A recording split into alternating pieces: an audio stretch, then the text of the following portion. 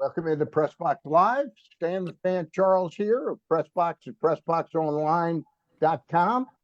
And with us is the old left-hander with the Expos jersey and the Orioles jersey. 39 for the Orioles, 48 for the Expos. That's Ross Grimsley. And with us today, instead of Luke Jackson, we wanted to get a real baseball authority on. He's former San Francisco Giants, did every job in the organization while they won 3 World Series. He is Shane Turner. And Shane, thank you for joining us today. Well, I got plenty of time on my hands, so I'm glad to be here. All right. Well, we'll see if we can't do something about that in the near future. I say this every time I have you on.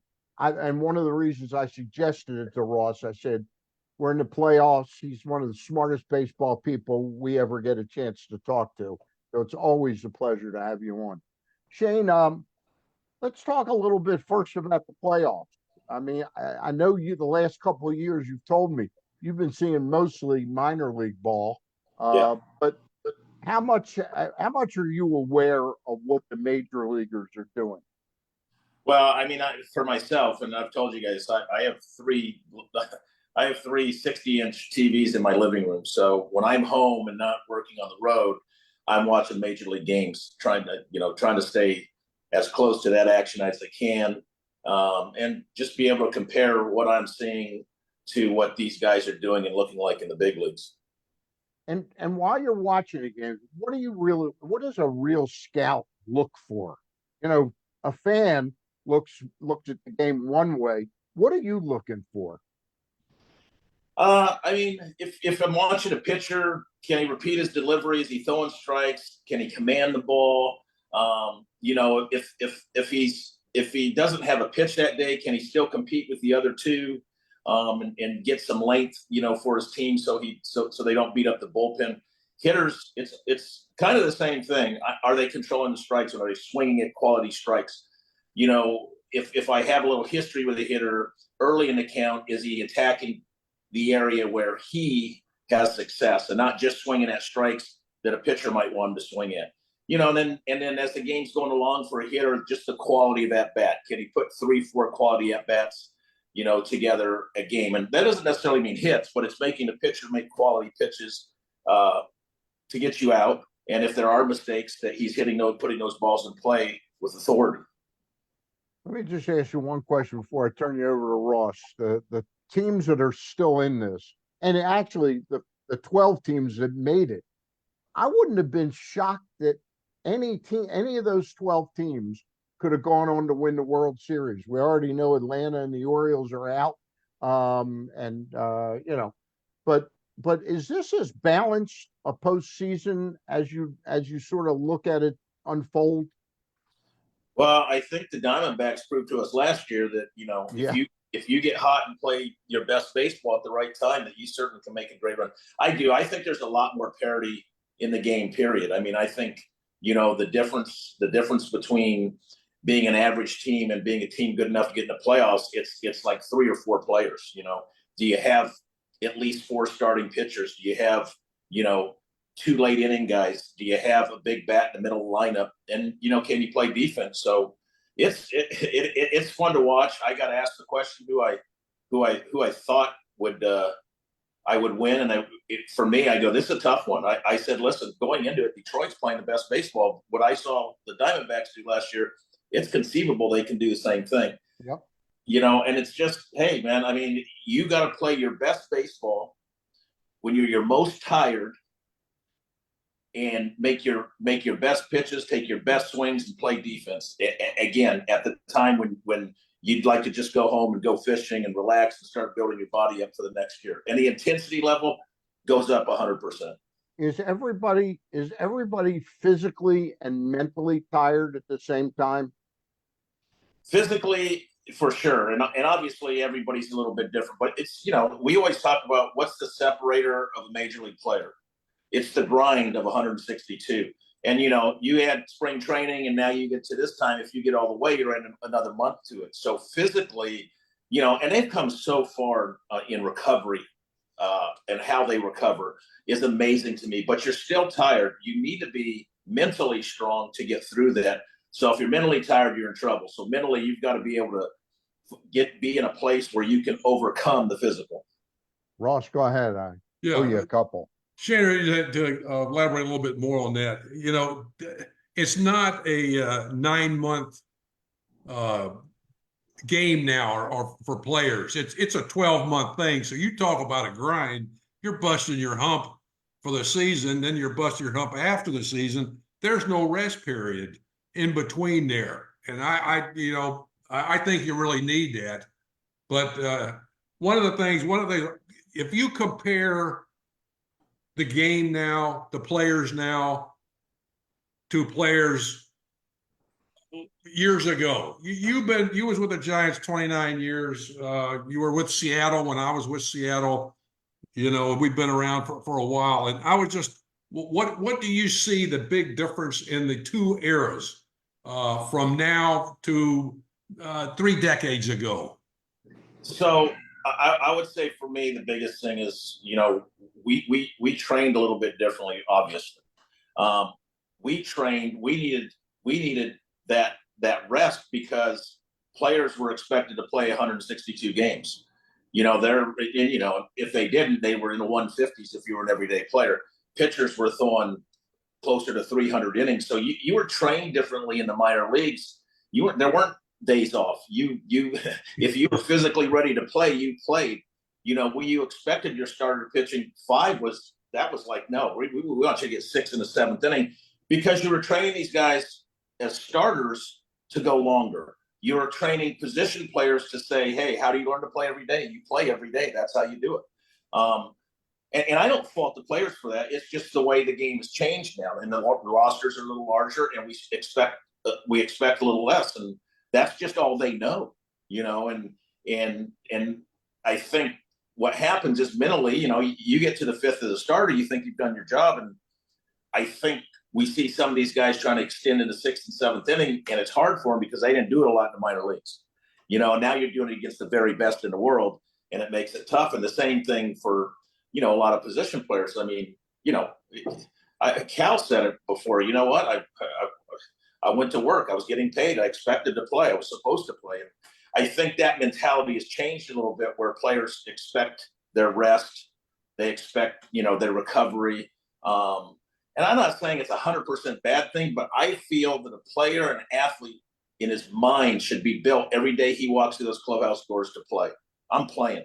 Listen, it's the coaches and managers and the trainers to protect you. But your job, your mentality should be, I'm going there to play. I'm going there to compete every single day till it's over.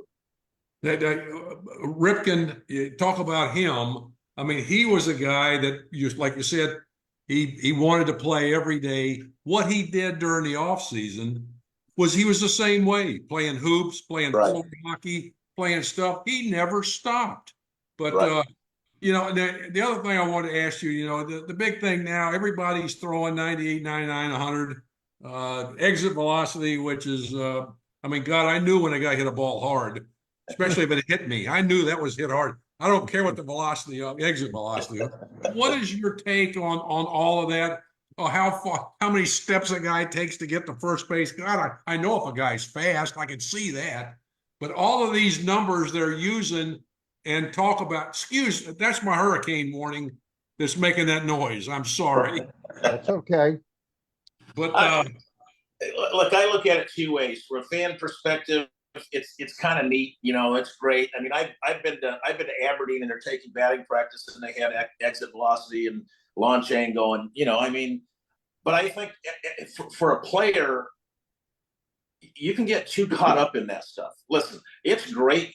I love velocity, but I love velocity being able to throw to a location, so that you're not going 3-2 to every hitter, so you can get guys out in 3 pitches. Scooble's a great example. They were just talking about him being the king of the 3-pitch out. So as hard as he throws, as good as his stuff is, he's still not going 3-2 to every hitter and getting his pitch count up, so he can't pitch late in the games. Listen, like you said, I knew when I hit a ball hard. I didn't really care how hard it was hit. I cared whether I got a hit or not. I mean, And the same thing as for pitchers, it's about outs. There's 27 outs you got to get. and the less pitches a hitter can see from you and the less times he sees you at the plate, the advantage is pitcher. As a hitter, if on my first at bat, I see 7-8 pitches off you, I feel like I own you for the rest of the game. And it's just, as a player, your job is really simple. Prepare, compete, and do it again. Don't get caught. The numbers take care of themselves afterward. It doesn't matter how hard you throw. Did you get me out? It doesn't matter how hard I hit it. Did you get a hit? Were you 0 for 4, 2 for 4? There's a lot of things in the game to me that are focused for the fans, and that's fine. If they enjoy that and I like that, I think that's great. But I think as a player, I can't worry about that stuff. I mean, the game is so hard as it is, just to get the bat to the ball and the ball to the spot for the catcher. You want to hit it to catch it, all of it, for 162 games plus. So I just think the numbers are more for the fans, and you just compete from pitch to pitch and from inning to inning, and you let the results take care of themselves.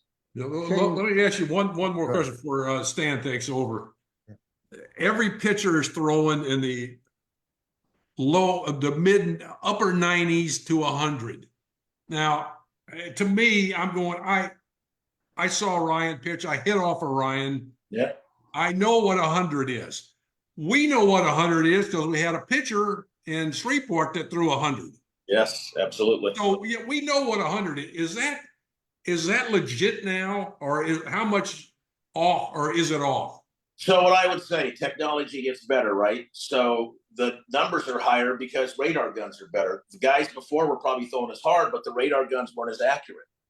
You know what I'm saying? And then they've changed also over the years where they measure it from. They used to measure it over the plate. Now they measure it out of your hand. So, I mean, I think if you brought everything together, if you could watch Bob Feller back in the day throw, he probably threw in the upper 90s to 100. I mean, there are guys that threw hard. We didn't have radar guns all over the boards to see what was going. And I know Dave Righetti and I were talking about a certain pitcher back in the day who they would turn the radar gun off at the stadium when he pitched, because if he wasn't throwing a certain velo, that he was pretty much done for the day. And I'm not going to mention the name, but I know who it is. So I mean, when you get so caught up in, I can only pitch when I'm throwing 95 to 100. What happens when you don't have that? You still got to find a way to compete. This game isn't about being able to compete at your best and when you have your best stuff. It's about being able to compete when you don't and still being able to help your team win. We're talking to Shane Turner. And Shane, you had 20 plus years with the San Francisco Giant organization, and you did probably everything but do the kitchen sink routine. But we mop floors. We mop floors. You mop floors. You were a minor league manager, director of player development, scout. Am I missing anything that you did? Yes, I mean, I was a manager. I was coordinator of minor league instruction. I was a roving hitting guy. I was a roving outfield base running guy. But it was a special assistant to baseball. Okay. So yeah, I did quite a bit. Yeah. Stan, several times he was asked to go to the big leagues and help the players at the big league level, just to give you a little bit more of his 29 years with the Giants. So he was asked to do quite a bit, but really going to help the big league team. Help the big league team. This is during the years that they went to the World Series. They won 3 World Series in 5 years. He's head of the minor leagues, and he's going to the big leagues to do work there on top of the other stuff that he had to do. So just a little bit of an idea what else he did. I'm glad you expanded on that. I wanted to ask you, how was part of the Giants' success while they won 3 World Series? Were they able to self-scout their own team well? In other words, I think that's an area that teams can get deficient in. You're so myopic about your prospects, but are you watching your own team and really aware of what their strengths and weaknesses are? And that obviously that varies when you get injured. So one of the things that we really, really focused on in those years is that nobody better know us better than us. And that was all hands on deck, everybody evaluating constantly. I mean, back in those days, I was probably home 4 or 5 days a month out of a month during the season. So, because I was constantly looking at our players and reevaluating, what they can and can't do and what they are going to be. And especially when you're in pennant races and there's a possibility that you're going to trade for help, you got to know what you're giving up. You don't want any surprises. You don't want to. Brian was never afraid to trade anybody. He just wanted to know what he was giving up, so that when the trade was made, he could say, "Yes, we do know Duvall's going to hit 30 home runs a year for the Cincinnati Reds, but we needed another starter." So it was a constant, and I mean, there was a trust we had that people were diligently doing their work. That if you were asked to do something, you did it, 100% and made sure you didn't miss any dotting any I's or crossing any T's, so that we were as accurate as possible. Now, I'm not saying we were right all the time, but we were right a high percentage of the time.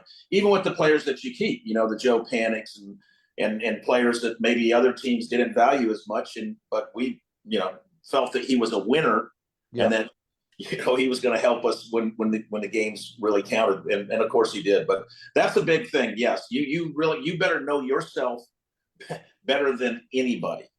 So a few days ago, Mike Elias, the Orioles general manager, held his season-ending presser, and he was kind of humble, more humble than he usually is, and he alluded several times to re-examining some of his philosophies and self-assessing. So is it knowing your strengths and weaknesses as a general manager, or is it knowing all that your players do? What needs to be reassessed so you don't end with the outcome you were hoping? Well, and I think that's a constant. I mean, when you don't finish on top, that you should reassess everything. Your personnel, the people who are teaching them, the people who are leading them, look in the mirror and assess, did you do a good enough job? And I every year, that was my first process when the season was over, because there was always, even in successful seasons, there were things that I thought we should have did better that we didn't, but it didn't hurt us this time, So it's to me, it's a constant. You're asking the questions not just after a year, but after a month, after 2 months, after 3 months, and I think the biggest thing is you can't do it by yourself. You have to have good people that you can trust, smart people, people who know this game, people who can evaluate, and people that are creative. Because if you have a prospect or a player that's not kind of doing it the way you're asking him to do it, you have to get creative, and then you have to make the player included in the process, so that he's 100% in it. And there's going to be mistakes, and only one team gets to hoist that trophy at the end of the year. So, I mean, it's tough, but you don't want to overreact. Know where your talent is.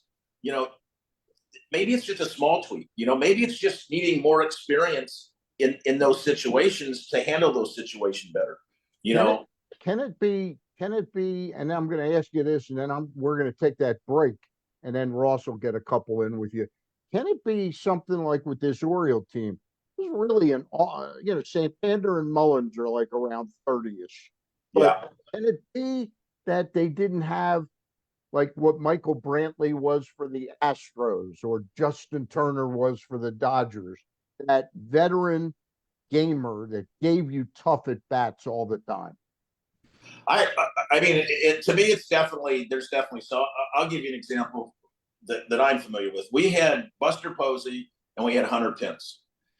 The way they approach the game, the way they play the game. My wife called him underpants. She overheard it on the radio, and she did underpants. Go ahead.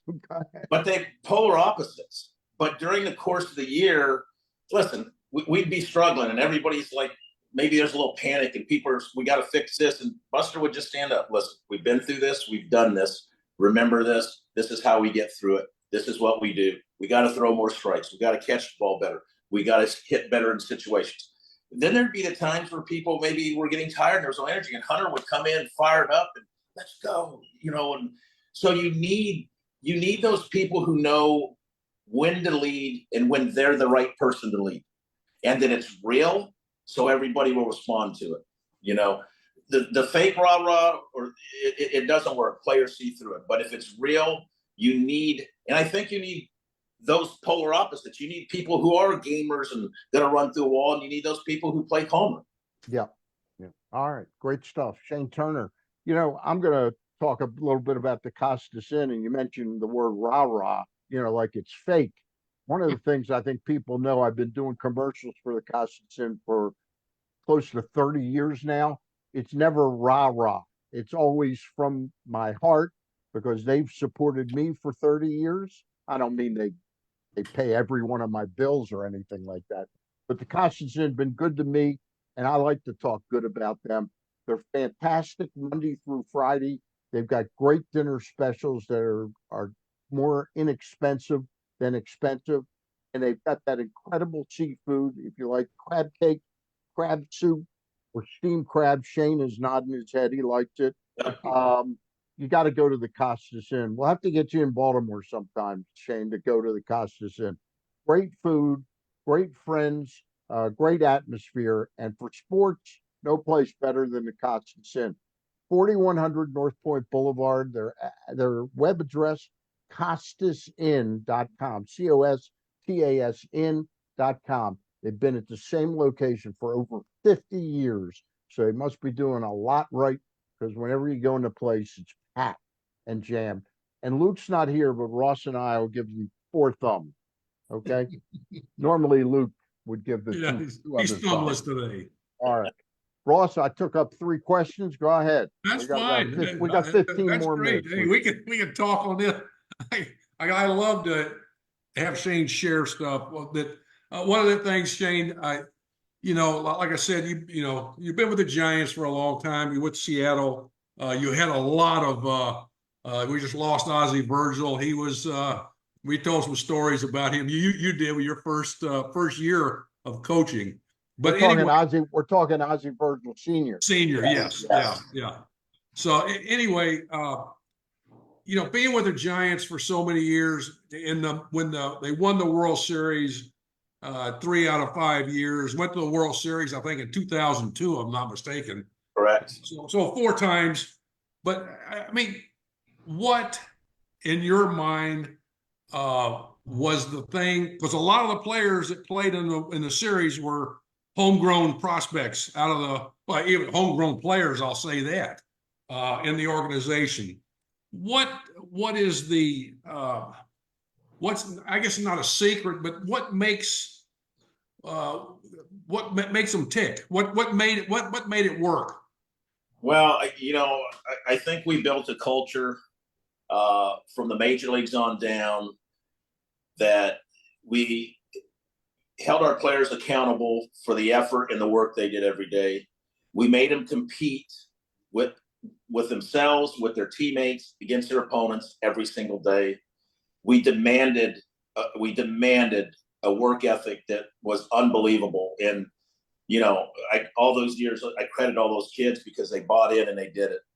And then, we were cohesive as an organization from Brian all the way down to our rookie manager. I mean, everybody knew the vision, everybody knew the plan, everybody knew how we were going to execute it. There was constant communication with the players. We developed relationship with our players where they were allowed to ask questions, where they were allowed to ask, why am I doing this? And we had better have the answers and tell them why they're doing it, or else we lose credibility. But I mean, I just felt, and maybe this is a little arrogant, I just felt like we outworked everybody else. We worked harder. Heat wasn't an excuse. The bad field wasn't an excuse. I'm not 100% today wasn't an excuse. There were no excuses. You were accountable for giving your best effort every single day, working the hardest you could to get better. And that's the thing we told our players. There's a bigger picture. Listen, Charlie Culver spent 2 years in Augusta. We're going to rain out in Rome, have everybody in the cage, and I'm talking to him, and I see Charlie's hat, and there's some numbers under there, and I don't remember exactly what they were, but it was like 280, 20, 80, meaning hit 280, 20 homers, 80 RBIs. Well, we're halfway through July. He's hitting 210 with 6 home runs and 30 RBIs. So I took him to the side afterward, and I said, I said, Charlie, what's in your hat? And he goes, well, those are my goals. And I said, listen, here's your goal. Be better tomorrow than you are today. Be better next week than you were this week. Be better next month than you are right now. Nobody's going to remember when you get to the big leagues that you hit 215 in Augusta, Georgia. Trust me, nobody except me. So you got to get your players to buy into. There's a bigger picture, and maybe the numbers aren't what you want them to be, but what you're asking you to do is going to make you successful in the big leagues, and maybe you're going to struggle with it a little bit here. Yeah, Ross, one of the things that I remember is Shreveport. It was 9,000 degrees. It was Africa hot, and there was a pitching coach and a manager. Yeah, that was it. It was me and you. Yeah, absolutely. And early work, a fundamental, PFP, you name it, that was all done. Coaching was harder than actually playing. Absolutely. Because we never had any time off. But the thing is just like Shane said, we expect how they get better. And I'll tell you a story, and I won't mention the person's name, a manager for one of the teams that was up in the Southern, not the Southern League. I was in Augusta, they were up north in Lakewood somewhere. And they said, Grims, why you guys, man for man, aren't any better than anybody else in this league? Why do you guys win so often? And I said, well, you know what? When you guys come up here or come down to Augusta, you don't hit because it's too hot. We hit every day. We hit on the road every day. We come back here, we hit every day. We do a fundamental, we do PFP. These other teams don't do it. That is the reason that we win. And our players weren't any better than anybody else. They just knew how to play. They adjusted. The weather wasn't going to make a difference. We were in Calgary. The Calgary freezing our asses off, and we were out there every day going through the same stuff. But it's a matter of working and doing it right, and moving on to the next thing. That was the whole key. So that was something that. Who was the pitcher? Who was the pitcher that threw 100 miles an hour at Shreveport? His last name was Joseph. Oh, really? Yeah, we traded him to the Cardinals. Yeah, and I tell you what, they would wear him out. Yeah, they would hit some rockets, and we're looking at each other, and we asked the players and the manager and the coaches on the other team, how in the world do you guys hit him? A little Ankiel and Hutchinson, absolutely, and these guys over there. But yeah, it was amazing. Go ahead, Stan. Yeah, that was. What you were saying, I want to say one thing, is that I used to always tell players, you don't want to just be a big leaguer. You want to be a champion. You want to be a champion, you better be willing to do today what your opponent isn't willing to do. And that's how you get a leg up. Talking to Shane Turner. Shane, I know you saw a lot of the minor leagues this year.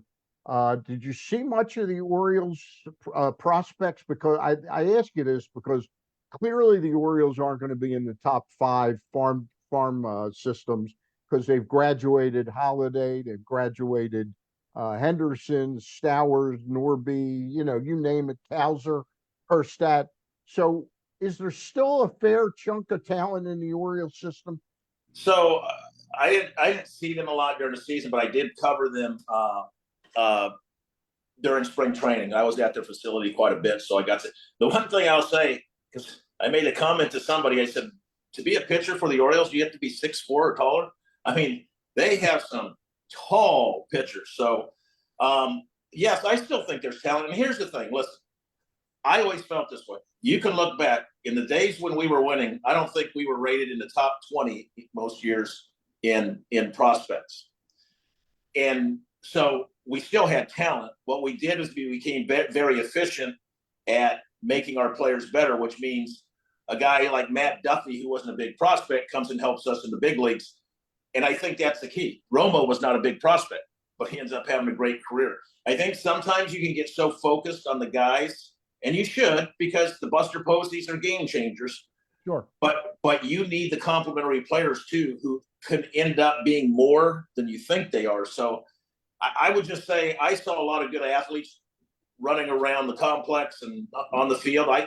There's plenty there. You just gotta develop them And listen, it ain't easy. I'm not saying it's an easy thing to do. It takes time. It takes patience. You know, you got to show some compassion to these players. This is a hard game to play. You know, how do you determine? How do you determine? I mean, other than batting average and stuff, how do you determine how to develop a player? In other words, how do you see how to make him better? well, okay, so I might upset some people. You can't have one set way to teach. You have to be flexible as a teacher. Everybody, and this goes obviously with anything, but I mean, but in baseball, everybody's physically different. Everybody's mentally different. Everybody's at different stages of their physical development. So, you know, some say it's a 16-year-old Dominican kid. He's not strong. I would focus on his physical maturity more than his swing or his defense or any of that part, because until he gets strong enough to repeat what he has to repeat, he's going to be inconsistent.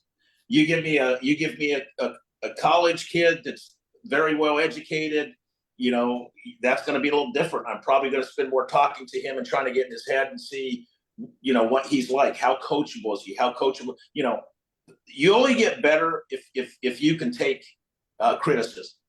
You have to be able to be willing to work on what you don't do well. It's easier to do the things you do well. You get to be a well-rounded major player. You have to work on the things you don't do well. You know, and then when you watch it compete, you know, maybe it's mentally, maybe you know, they have a hard time slowing the game down. So you spend time off the field teaching them a way to relax when you compete. You know, maybe it's with a pitcher, maybe it's you look at his arm angle and you go, oh, you know, he just doesn't spin it right. Maybe we should teach him a splitter. He's got big hands, big fingers. He comes straight over the top. You just got to be open, and you got to have an imagination, you know. And then as your head, you have this data bank of so many players you've coached and seen, and then you go, huh, you know what? He reminds me of Nate Bunk. We did this with him. You know, he reminds me of Jack Tashner. We took the curveball away and gave him a slider. So you use all that. You use all that history you have in the game, and look at players and try to compare, and then go from there.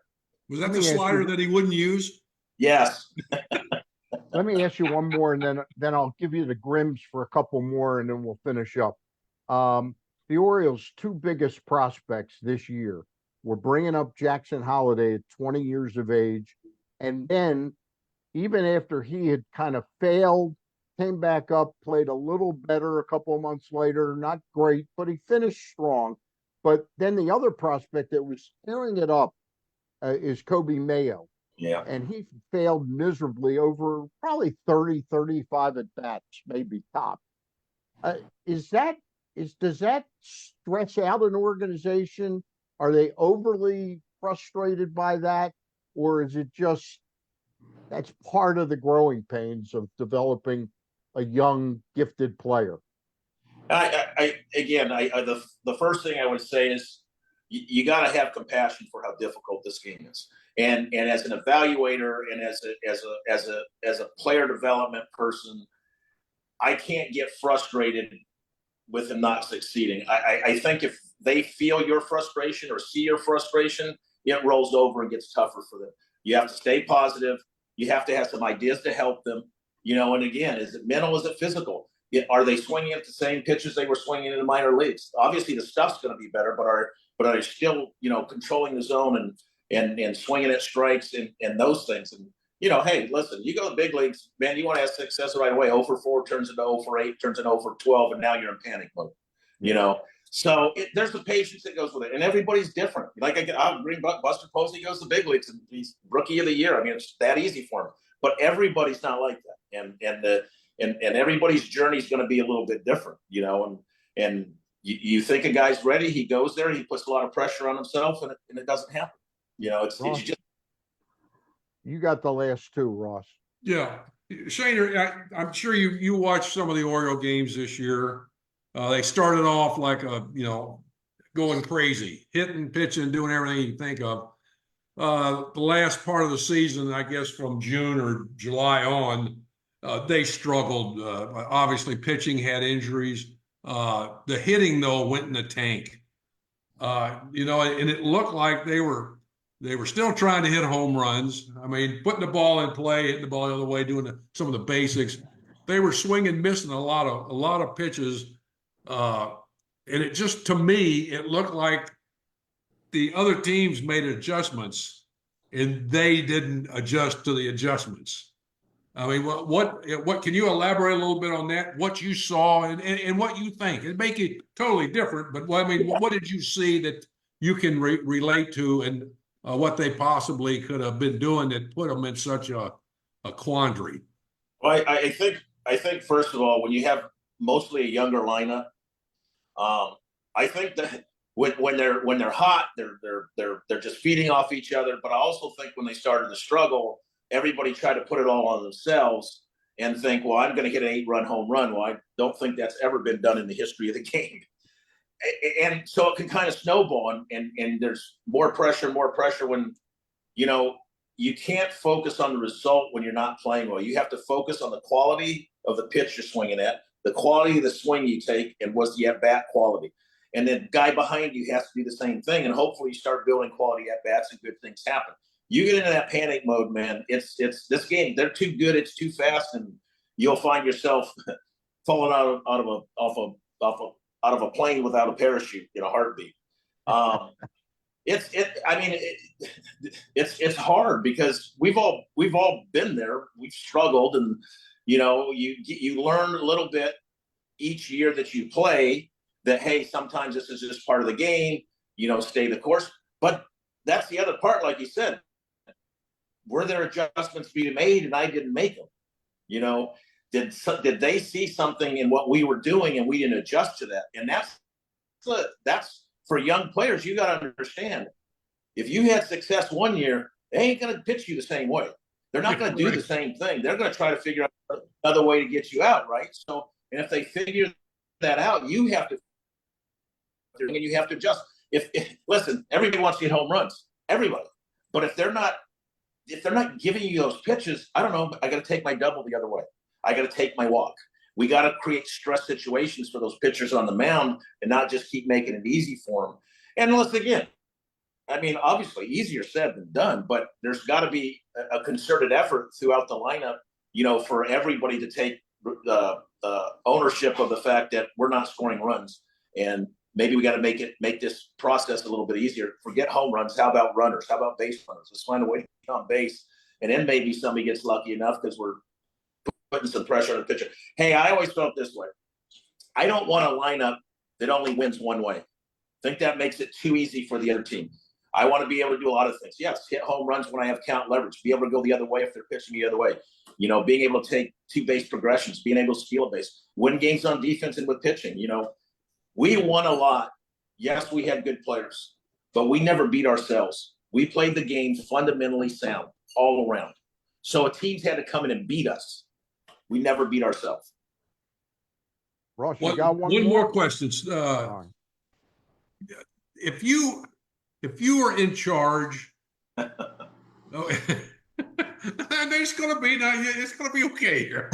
If you're in charge, and I really think that if the opportunity arises for you, and you're in charge, and you can do and build a big league club, but we'll say a minor league because that's what you did the most of. You were in you were head of the minor leagues developing players. What are some of the key things? I mean, you've already said some already, but if there's some of the main, what few things would you really center on? Obviously, you got to have, quality players, or at least, possible prospects. What are some of the more important things that you stress when you're building a minor league organization? I want coaches who have experience, who have varying types of experience. They don't have to all have played in the big leagues, but probably most of them have played at least in AAA. I want them all to have work ethic and compassion for the players.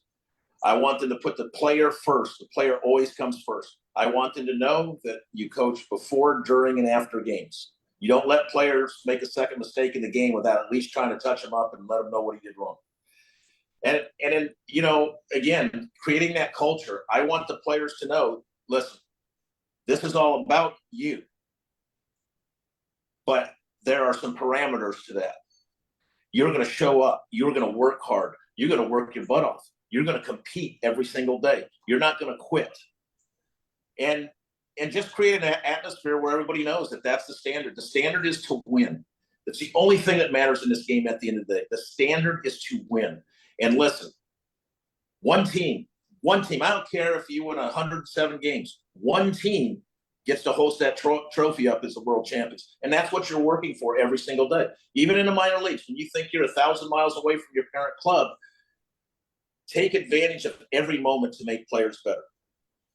You just don't know when you say something that's going to turn a light on in somebody's head, and next thing you know, they go from A-ball to the big leagues in a year, and they're winning Rookie of the Year, and you're winning 3 world championships in 5 years. So you got to be relentless. You got to love it. You got to have passion for it. Like even the bad days, like getting beat 20-1. I probably did more coaching when I managed when we were getting our butts kicked, because I wanted players to know, don't give anything away right here, right now. You're making a statement about who you are, how you compete the rest of this game. There's something for you to learn. This is not the big leagues letting you take the rest of the game off because you're getting ready for tomorrow. You're trying to get better. So, and obviously, I mean, Ross, you know me. I love this game. Listen, the greatest job I ever had was director of player development. I loved it. I loved supporting the staff. I loved helping the staff. I loved the players. I loved coaching the players. And listen, I know I wasn't always the easiest guy. It was hard because I had a high expectation for us. I wanted us to succeed, and in that, somebody goes, well, did you have fun? I go, yeah, when we won. They go, you didn't have fun? I go, no, I never have fun when we lose. Are you kidding me? I mean, the competitor, he won't allow you to do that. I mean, you got to be relentless, man, and you got to have passion. You want to make players better. You realize it's not about you anymore, and you just got to give them every ounce of knowledge that you have and every experience you have to prepare them for that day. And this is why I say you've got to have coaches with big league experience around these players too, because you know what it's like, what you felt like when you made your major league debut. You know what it felt like when you failed on the mound as a big league pitcher. Guys, and I'm not saying they can't coach and they can't teach, but I'm saying it's not just teaching how to swing the bat. It's teaching you mentally how to be prepared for all the things you're going to see, the success, the failure, the money, all that stuff. I mean, you're trying to prepare your players. And I always said this, we want to send you there and never have you come back. Right. Shane, I got one thing, a story, an anecdote to tell you, and there's a question attached to it. Okay. 1985, when I did talk radio in Baltimore for 20 plus years. And Earl Weaver comes back to manage the second half of 85 after they fired out the belly. And the two best players the second half of the year weren't Ripken and Murray. They were Floyd Rayford and Mike Young. They had unbelievable second halves. So now we're in 86, and everybody thinks, well, the Orioles got Ripken, Murray, Rayford, Young, and whoever else they had, and we still had pretty good pitching. So early in May, I'm on the radio starting to knock, and I'd never knocked him before, Eddie Murray, that he was off to a terrible start and something's missing. Maybe it's his eyesight or something. And I might have mentioned Ripken too. So the next day, Weaver walks up to me, and I bring this up for a reason, this story up. Weaver saunters up to me, with his little waddle, and he says, "Heard your effing show last." He said, "You think I'd give a rat's ass Ripken and Murray are hitting now?" He goes, "They've done it before." He goes, "The two guys I'm worried about are those two." And he pointed over to Floyd Rayford and Mike Young. And I bring up the story. I've always remembered that story. I bring up the story because last year, Ryan O'Hearn in 23 was terrific. He was terrific the first 2.5 months of this year. But I see some of what Earl was saying about Mike Young and Rayford, that I was judging O'Hearn as like one of the strongest batters on this team.